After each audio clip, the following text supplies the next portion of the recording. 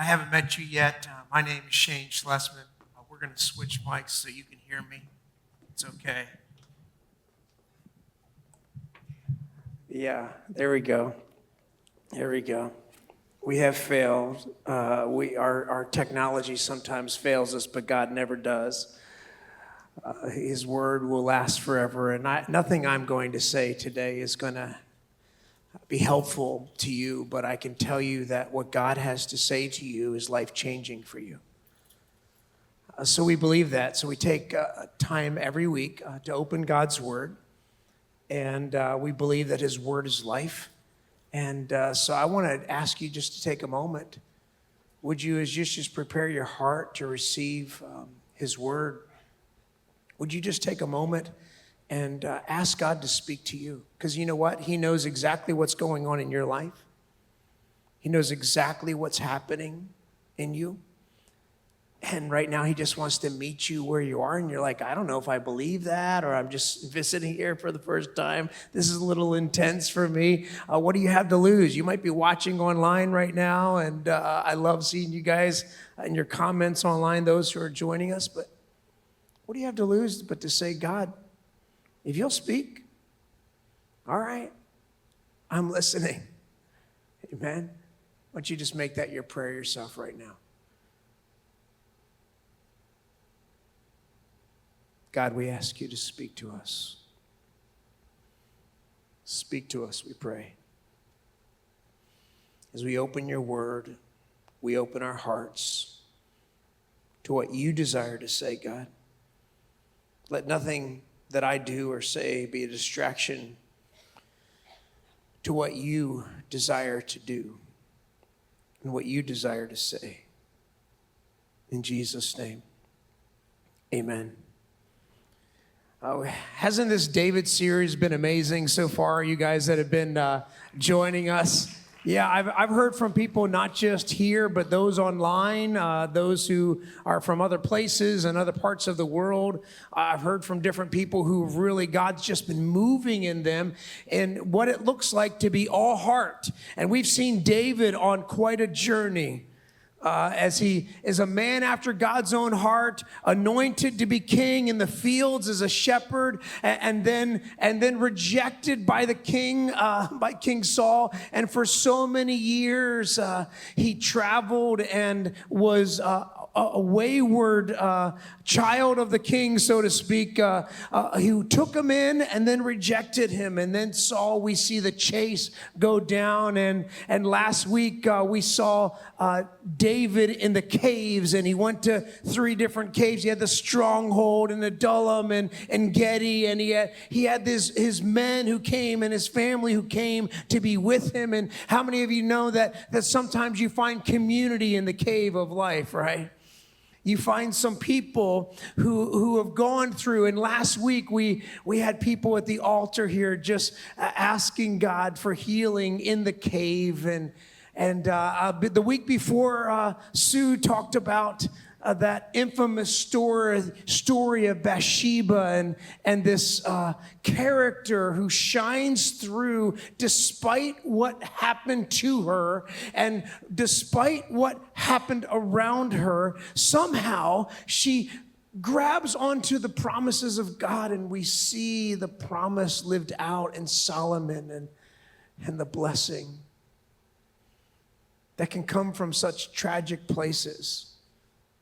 And since in between the cave and Bathsheba, so much happened. And if you go and read the rest of 1 Samuel from 24 on, where we were last week, and read into 2 Samuel, you'll see David finally, multiple times, by the way, sparing as a man of honor, sparing the life of the king, King Saul, and saying, I will not touch the Lord's anointed. I may not agree with him. He may be an evil man. He may be coming after me, but he is in God's position, and I will not stand against it. And you see his men confused, and you see this character, and really a master class on leadership from David.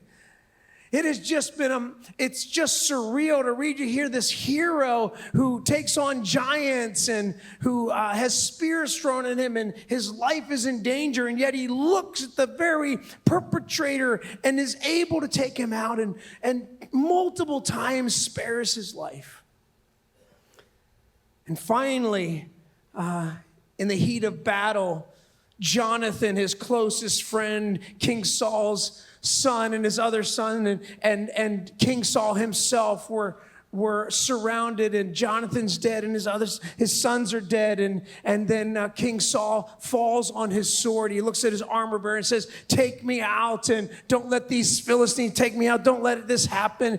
And he said, "I don't want to die at their hand," and he won't do it. He can't do it. And so Saul falls on his own sword, and his armor bearer falls on his own sword. But a report comes back to David, finally, that your enemy has been vanquished. You have finally been free. He is dead. And he thought this report would be rewarded, and even threw in some lies on top of it that, yeah, I was responsible somehow. And David wept and mourned the loss of his father. He calls him father. I just don't understand the character of David and how God is seen through. And we see David as a picture, really, as what Jesus would ultimately be the perfect picture of one day, coming through the line of David. And before this time, we see like signs, you know people in your life, right? You look at them like, man, they're just so much like Jesus. I just want to be like them. This is David to this point. And then we get to if you were here for Mother's Day, you see like, wow, how did this happen, right? How did we get to Bathsheba? How did we get here? And I want us to take some time and not just be enamored by the master class of leadership that David puts on, but we need to learn from the lessons of his collapse, and learn from the lessons of his confession, and learn from David's life. But let me tell you the hope of the story before we even get there. Because David was just a precursor, because David, through his line, and even in this greatest hour of disgrace, Solomon born, who then Jesus comes through as well, in that same line that's blessed and loved, and that failure is not final. So whatever you've done, wherever you come from, you say, Pastor, you don't even know my background. You don't know how bad it is. I'm ashamed of what I've done. I'm ashamed of what I've been in my past. I'm ashamed even to this day that I can tell you that failure is not final, not because of you, but because of Jesus and what we just sang about and the cross that he went to. And the same hope for David is the same hope for you and I. So let's learn from his life and open up scripture today and learn first of all from David's collapse. How did this happen? We're going to be in 2 Samuel chapter 11 and 12 today. But how did this happen? And how can we make sure that we avoid this collapse in our lives as well? Well, if you want to avoid collapse in your own life, the first thing you need to do is stay in the battle. Stay in the battle. Here's what happens to David in our first lesson on his collapse. 2 Samuel 11. In the spring, at the time when kings go off to war, David sent Joab out with the king's men and the whole Israelite army. They destroyed the Ammonites and besieged Rabbah, but David remained in Jerusalem. So David, this mighty warrior king, who has, and it distinguishes between David's fighting men and the rest of the army. There was this 30 elite warriors that had been with him from the beginning, and these men of valor who fought, and these were the special forces of David's army who were just amazing and all beyond anything you could imagine. And David sends them all out, the men that he had led in the past. He sends them out with his commander. Instead of when kings go to war, David decides that he's going to be a king who stays out of the battle. He stays out of the battle. It's interesting to me how many times in life that I get to this point, right, where you're like, I'm just tired, I'm exhausted, and I can't even imagine. Listen, if you think you have stress, look at David's life and start reading the story. Okay, when you got people chasing you down, trying to kill you all the time, you have people who are turning on you, and people who are coming against you all the time, and the stress builds up, and there's trauma involved, and you start to act differently and be differently. And I'm not excusing David. I'm saying that when we are weary, we better be careful. We better listen to those signs that stress is shouting at you.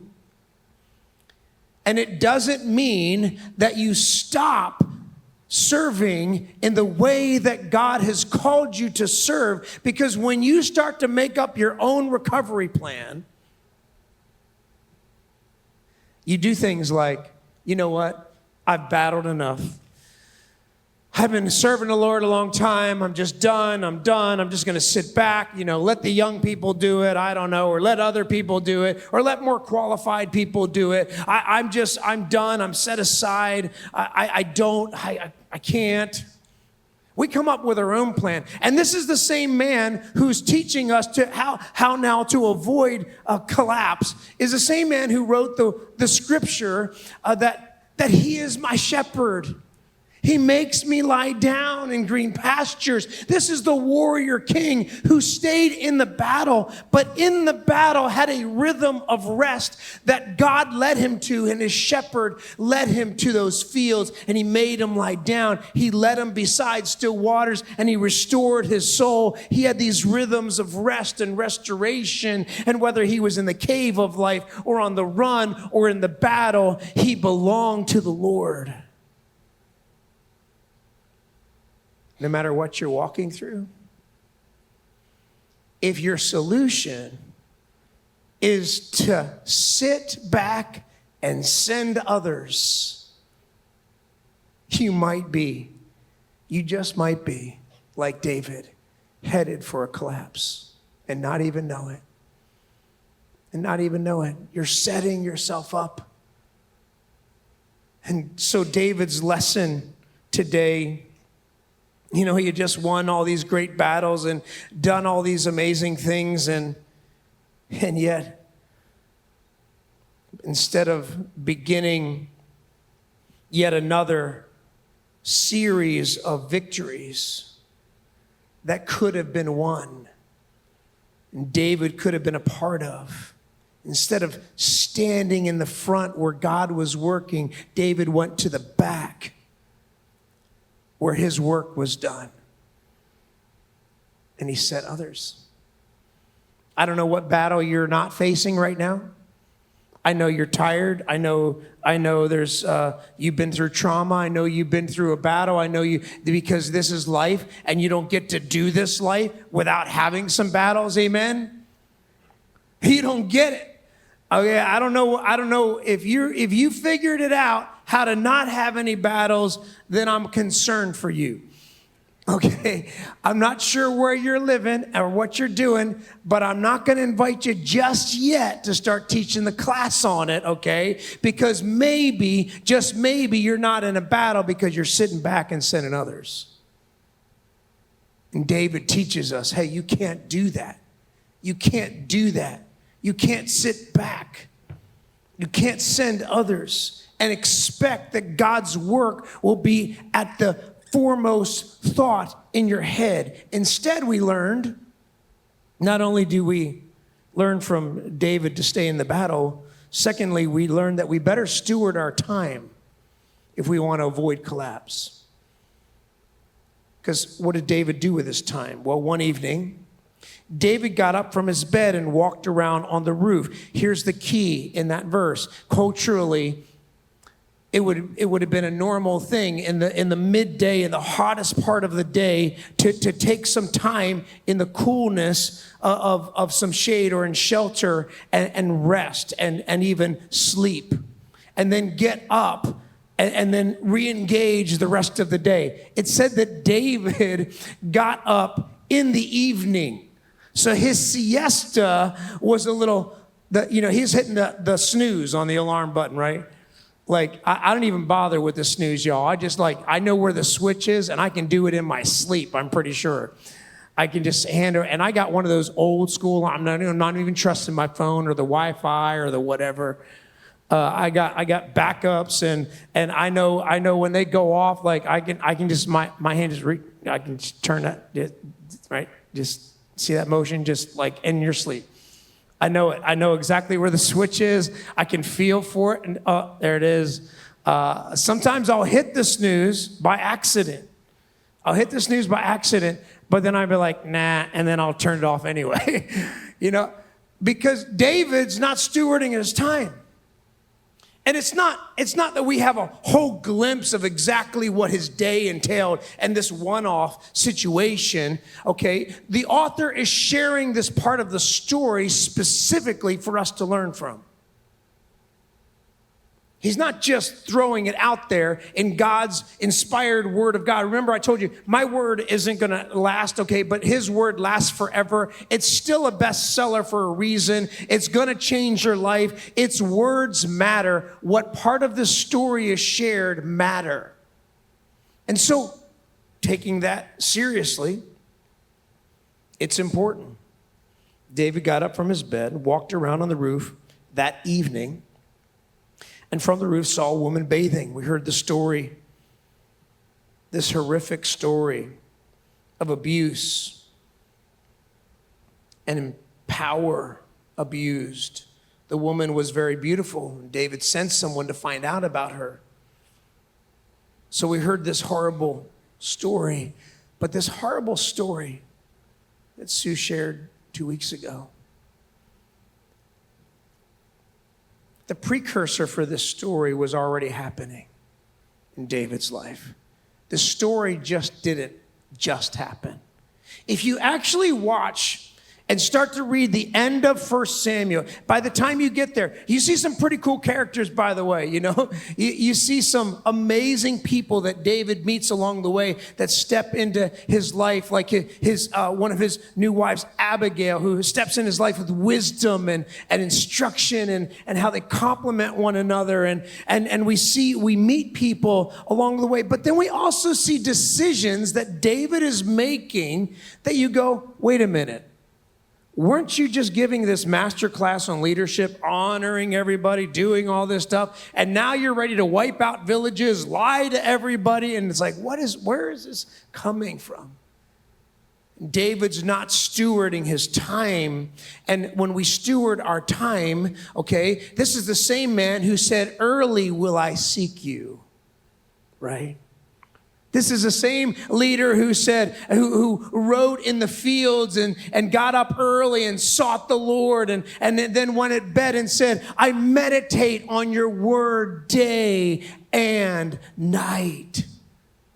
This is the same leader who wrote words saying, I will hide God's word in my heart that I will not sin against you. This leader who lived by these words. And then we see him even rejecting God's word and God's law. I know you know it's common if you've read the Old Testament, you see kings taking on multiple wives. But David was ignoring Deuteronomy, the law of Moses, that said, warn your kings not to take extra wives, okay? Because your heart will be led astray. And David just begins to take on culture and do what has to be done and do what's needed to be done. And he starts running his own plan and running his own time. See, God has a plan for your time. Moses said this, my days are numbered. Okay, they are numbered by the Lord. Every hour is accounted for by the Lord. I'm not talking about big brothers watching and looking at your timesheet and I'm not talking about what you get paid for or what you don't get paid for or how you use it. I'm talking about the fact that every breath you take was given to you by the Creator himself. Every minute that you have has been given to you by God. And David stops and sits back and sends others and starts using his time however he wants. And now he's beginning, not looking at his time and also not what he's looking at and what he's doing. And you find yourself watching more and more things that you desensitize yourself to, and eventually that leads to more things, and eventually it's okay, and it's just this one time, and it's no big deal. And we see David's life collecting these lies and collecting these things that he's seeing and collecting what he's viewing and giving himself grace and understanding and excuse after excuse after excuse, and eventually we see him on a rooftop looking down over his kingdom, long past the time of any productivity. And now a king who's at home, who sends others to war, is back where he shouldn't be. And then his eyes begin to go where they shouldn't go.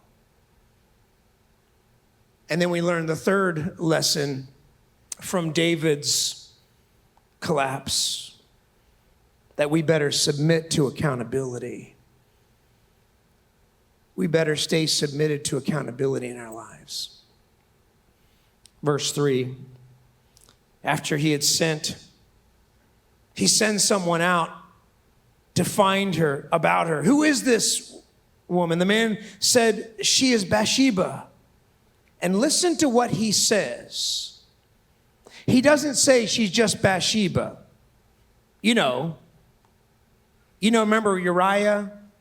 One of your fighting elite, okay? Remember him? Yeah, so she's with it. No. He does it proper. This man who comes and reports this message does it the way you should properly and speaks of her as someone's daughter and someone's wife. And he says, not only is she someone's daughter, she's a lion's daughter who is in your council, in your court. And not only is she someone's wife, she's Uriah's wife, the wife of Uriah, one of your fighting men, one of your elite. And David chooses instead to ignore the accountability and ignore the counsel. What that man was saying is, hey, king, I know you're back. I don't know what you're going through. I know you got some issues, maybe. He's not saying any of this, but he is saying it undertone of way he's approaching this situation right now and giving David an opportunity to bail from this ridiculous plan of wasting your time and giving the enemy exactly what he wanted. And David refuses the counsel and ignores the words and sends for her anyway. She didn't have a choice in the matter. She was taken. She was taken. And we watch David ignore accountability. David took what wasn't his.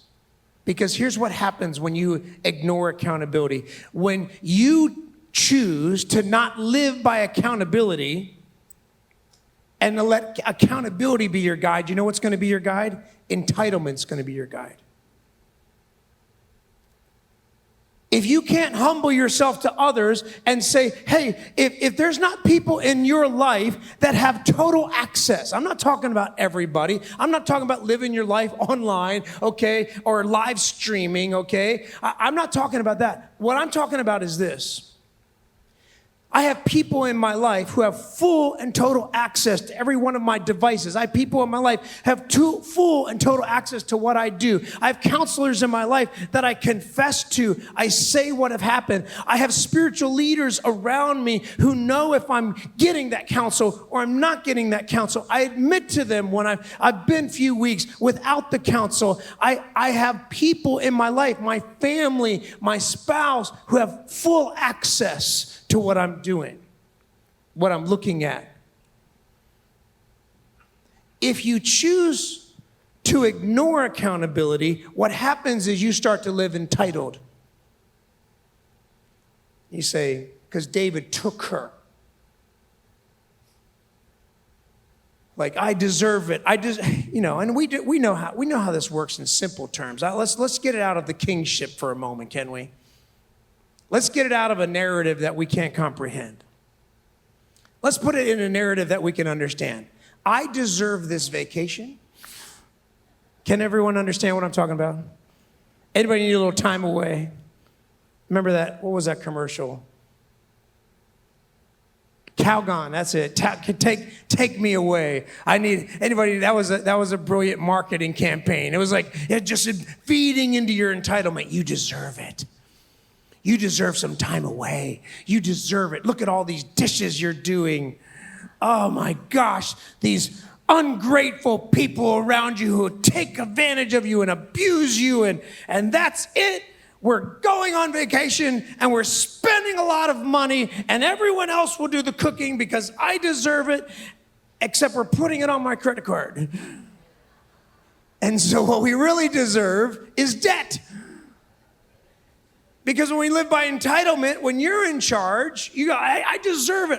Listen, I've had moments in the car search, okay? I'm not going to give you the updates and more and on stage, but I no longer own Jeep. Thank you. I appreciate your compassion in that moment. But it's a good thing and a painful thing, and I gotta look and I gotta search, and you know what? I can't afford the one I want. I already told you about that. I already confessed my sin to you. I've confessed my envy. I've confessed those things to you, even as my church. Your pastor, what he wants, but he's not gonna have it. And what you can afford is sometimes different than what you think you deserve. I've been driving these cars, sending these kids to college. I've been doing all this stuff, and you list the resume you got all the reasons why you deserve it, why you need it, why you have to have it, why you deserve this time. Hey, I've been vegging out for a reason. I deserve some time. I just need to decompress for 10 hours today because, I deserve it.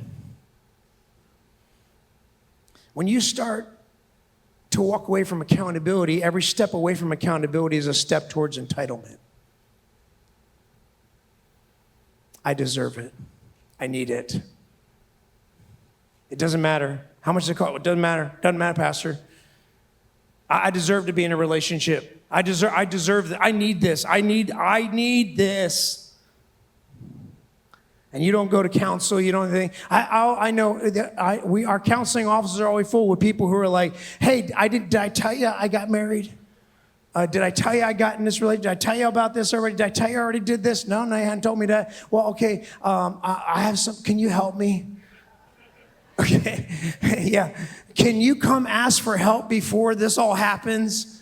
Okay, can you get accountability in your life and actually ask people around you and listen to them? But when we ignore that, this is what happens. And eventually this grows and grows and grows in David's life. And if you know anything about appetites don't stay still. They grow. Appetites don't stay in one spot. They grow. And one grows into another. James said it this way. But each person is tempted when they are dragged away by their own evil desire and enticed. when they're lured away, when your eyesight, when you're not doing, when you're not engaged in the mission of God, or you start to become distracted, you start to become entitled, you start to look at something else and you follow that something else. And when you follow that something else that you shouldn't be following, you start to ignore all the warning signs and break through all the barriers and break through the accountability. And eventually you find yourself on the other side of where you never wanted to be, but now you're there and, well, I'm here now. Dragged away by their own evil desire and enticed. Then, after desire has conceived, it gives birth to sin, and sin, when it is in full grown, gives birth to death. No sin. No one's getting away with sin in this story. You say, well, it worked out okay. You know, Jesus came through the line of David, all this. Okay. God knows what I'm thinking, what I'm seeing, what I'm doing. And so he sends the prophet Nathan in 2 Samuel 12. And the Lord sends Nathan to David. And he tells David this story. He said there was a rich man who has all this cattle and all these sheep. And there was a poor man who had nothing. But he managed somehow to buy this ewe lamb, which is interesting when you look at the Hebrew. There are two different words that if you put the two of them together, even sound a little bit like one sounds like Bath and the other sounds like Sheba. It's interesting the way Nathan tells this story. But he tells him, he said, there's a rich man who has everything, and there's this poor man who has nothing. And the rich man has a guest come into town, and instead of taking one of his many, he takes the only one, the only lamb that had not just been a lamb, but has been raised by this poor person and become a part of the family. This was not somebody, he was not some lamb that he was slaughtering to feed even his own family with. This was taking a part of the family, and he took the part of the family and made it his own, and then killed it and took it out and then fed it for his own guests when he had everything already. David, scripture says, burned with anger against the man and said to Nathan, as surely as the Lord lives, the man who did this must die. And he must pay for that lamb 4 times over because he did such a thing and had no pity. And Nathan looked at them, David.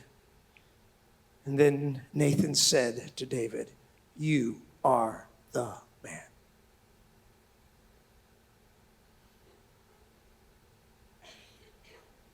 How did he get there? How did he collapse and leave the battle of the Lord? Stop fighting? Maybe you've stopped fighting the battle. Maybe you started to just let your time be your own and you're in charge. And maybe you're starting to leave accountability behind. And let me tell you, David is a warning for us today that a collapse is coming.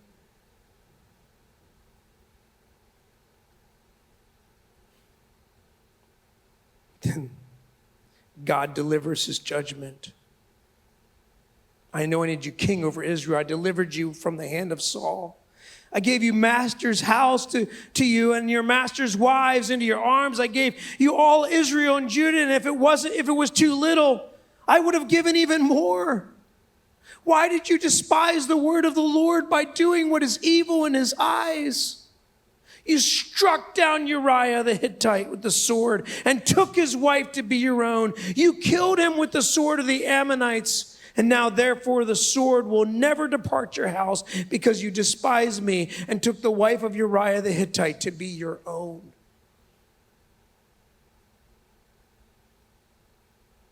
What happens when you collapse? What happens next? It's over. If you watch the documentaries, it's over, right? Because our world loves a collapse, right? Our world loves a good fall. They love a good story of, oh, he preached it and then he did it.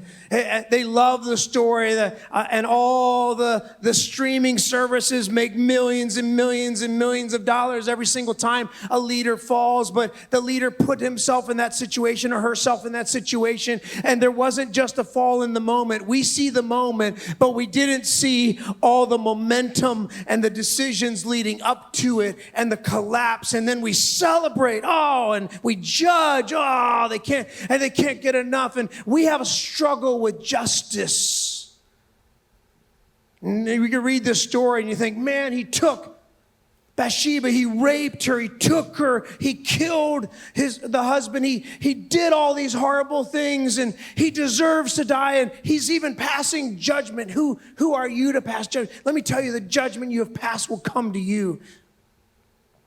You may have people in your life that have abused you and taken advantage of you and lived that way and hurt you. And if you were to pass judgment on them, the judgment would be deserving. It would be earned.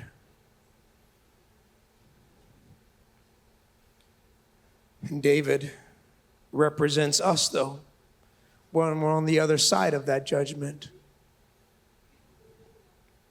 And we can also learn not just from David's collapse, but his confession today. That's where I want us to spend our time as we close. In order to avoid collapse, we have to pursue confession. We have to pursue confession. Here's the amazing thing. In this world, you may fall from grace, but God's grace never falls. You may fall out of grace with some people in church or some people in your family or some people in life or people who follow you, but you cannot fall out of grace with God. What did David do next in 2 Samuel 12? Within David says to Nathan, I have sinned against the Lord. Nathan replied, the Lord has taken away your sin. Nathan replied, what? Hold on a minute. David, you just pronounced judgment on who should be killed and pay it back 4 times. And now Nathan, he falls down before you and has some tears and falls on the ground and says, I have sinned, I confess it. And then he's off the hook. Not so much. But I can tell you, as one who's been in the collapse, when you truly confess, you don't care about what the judgment that's going to be. You care about getting the grace of God in that moment. You know it's coming. You know there's time to serve. You know there's all of that coming. And the only thing that matters in true confession is that I agree with God. I agree and I place myself in his hands and say, God, whatever your judgment will be, I deserve it and that much more. But I'm confessing to you that this is sin. It is wrong. And I'm coming to you, making agreement with you and placing my life in your hands and at the hands of whether it be an executioner or an exoneration. I tell you that I am here and I am yours. And we know this to be true as we read David's response as he writes about it in Psalm 51. Have mercy on me, God. According to your unfailing love, according to your great compassion, blot out my transgression. Wash away all my iniquity and cleanse me from my sin. For I know my transgressions, confession. I know what I have done is wrong. Wash away my iniquity, cleanse me from my sin. For I know my transgressions and my sin is always before me. Against you only have I sinned and done what is evil in your sight. So you are right in your verdict and justified when you judge. You can judge me. You are right in your judge, God. But here's what I ultimately want. I want you to cleanse me with hyssop. I want to be clean. Wash me, and I will be whiter than snow. Let me hear joy and gladness. Let the bones you have crushed rejoice again. Hide your face from my sins and blot out my iniquity. We hear these first 9 verses of Psalm 51 as a confession. But confession is a moment of admission. Repentance is a life of commission. And as David begins to live out his repentance, it doesn't mean he gets away with anything, actually. The judgment you'll see to come, if you keep reading, you just keep staying in you're going to see the judgment to come. And exactly the 4 times over that David renounces on or announces to the story, the fictitious story, is exactly what David gets is 4 times over. But the death that he pronounced, God said, no, I'm not done with you yet. Because not only is God justice, he is mercy. And he looks at David in the midst of his collapse, and maybe you're feeling this too. Maybe you've been on Bathsheba's side of this, or you've been on David's side of this, or both. But I can tell you that in that collapse that God looks at you, and he looks at you not just with justice, he looks at you with mercy. David wrote about it in Psalm 32. He said, Blessed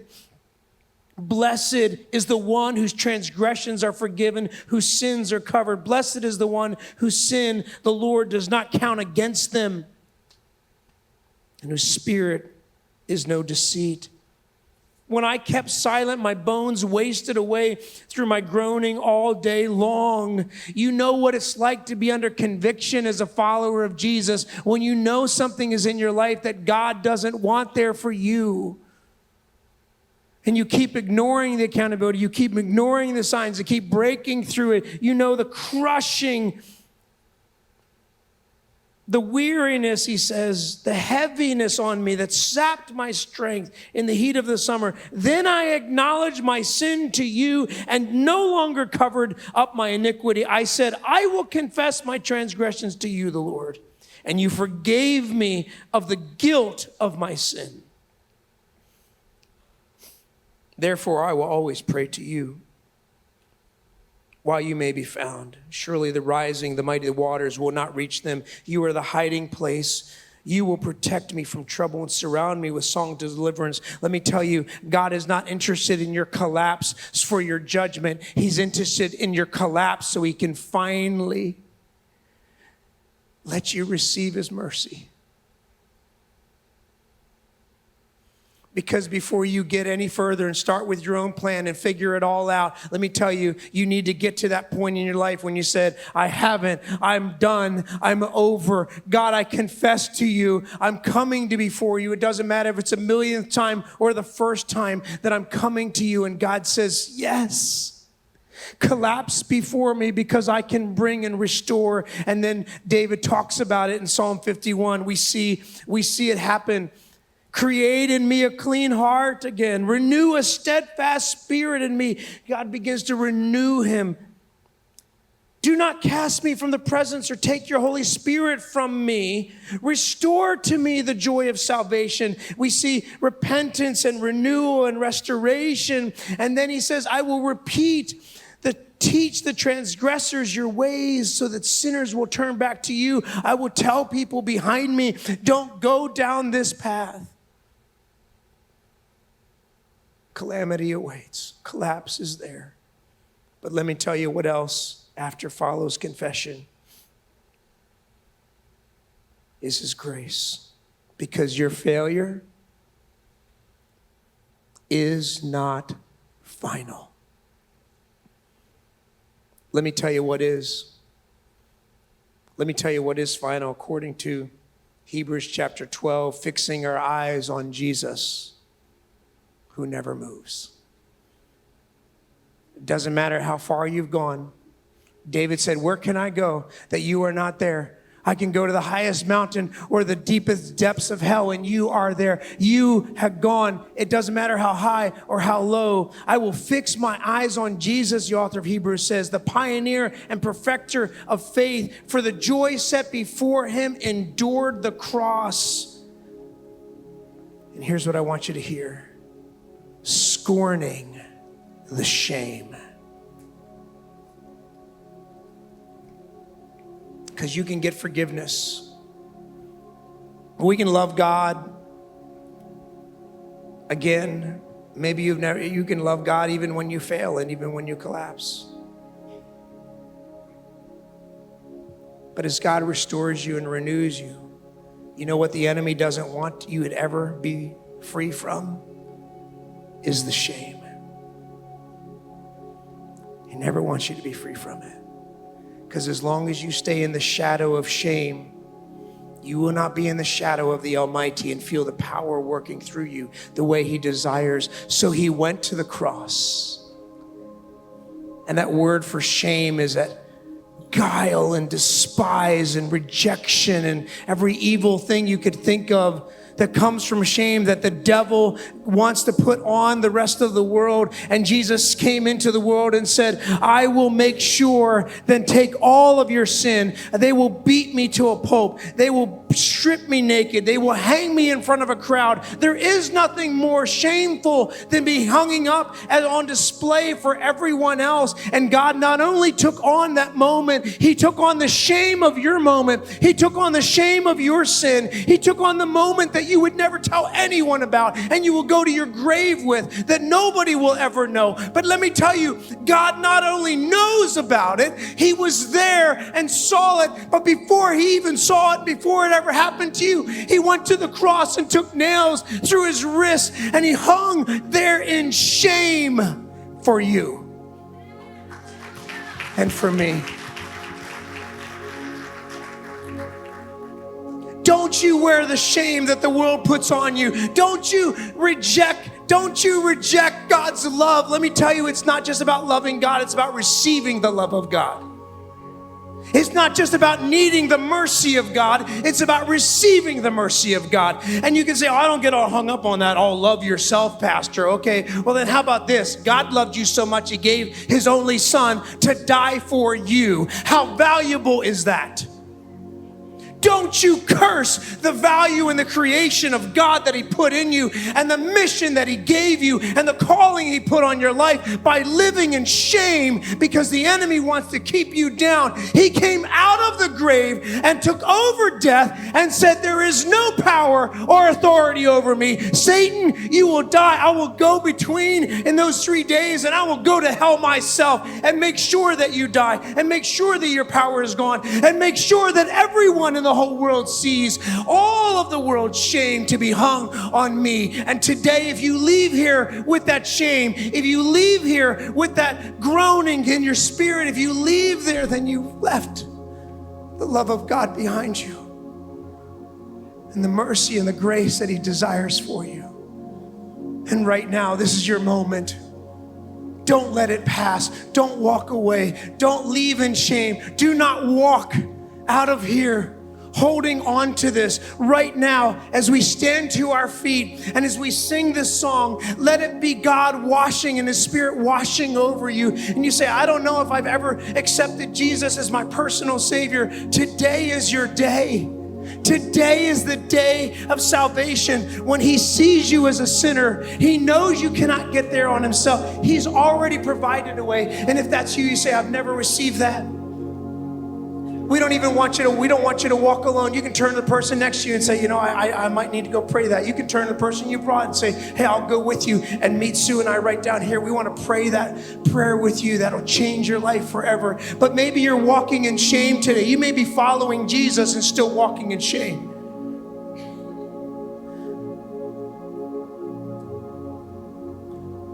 Let me tell you, it doesn't matter how people sees you. It matters how God sees you. And every now and then you come across somebody who do the same. I got to spend time with my youth pastor I grew up with this past week on Memorial Day and celebrating 50 years anniversary of the camp that I came to Jesus at. And I stood up to testify, and I was supposed to share all this stuff, and I could barely get it all out. But here's what I got out. I got these words out. I said, you took a risk on me. You should have never even put me on staff at this camp. Never. You took a risk on me, but greater than that, you saw me the way God sees me.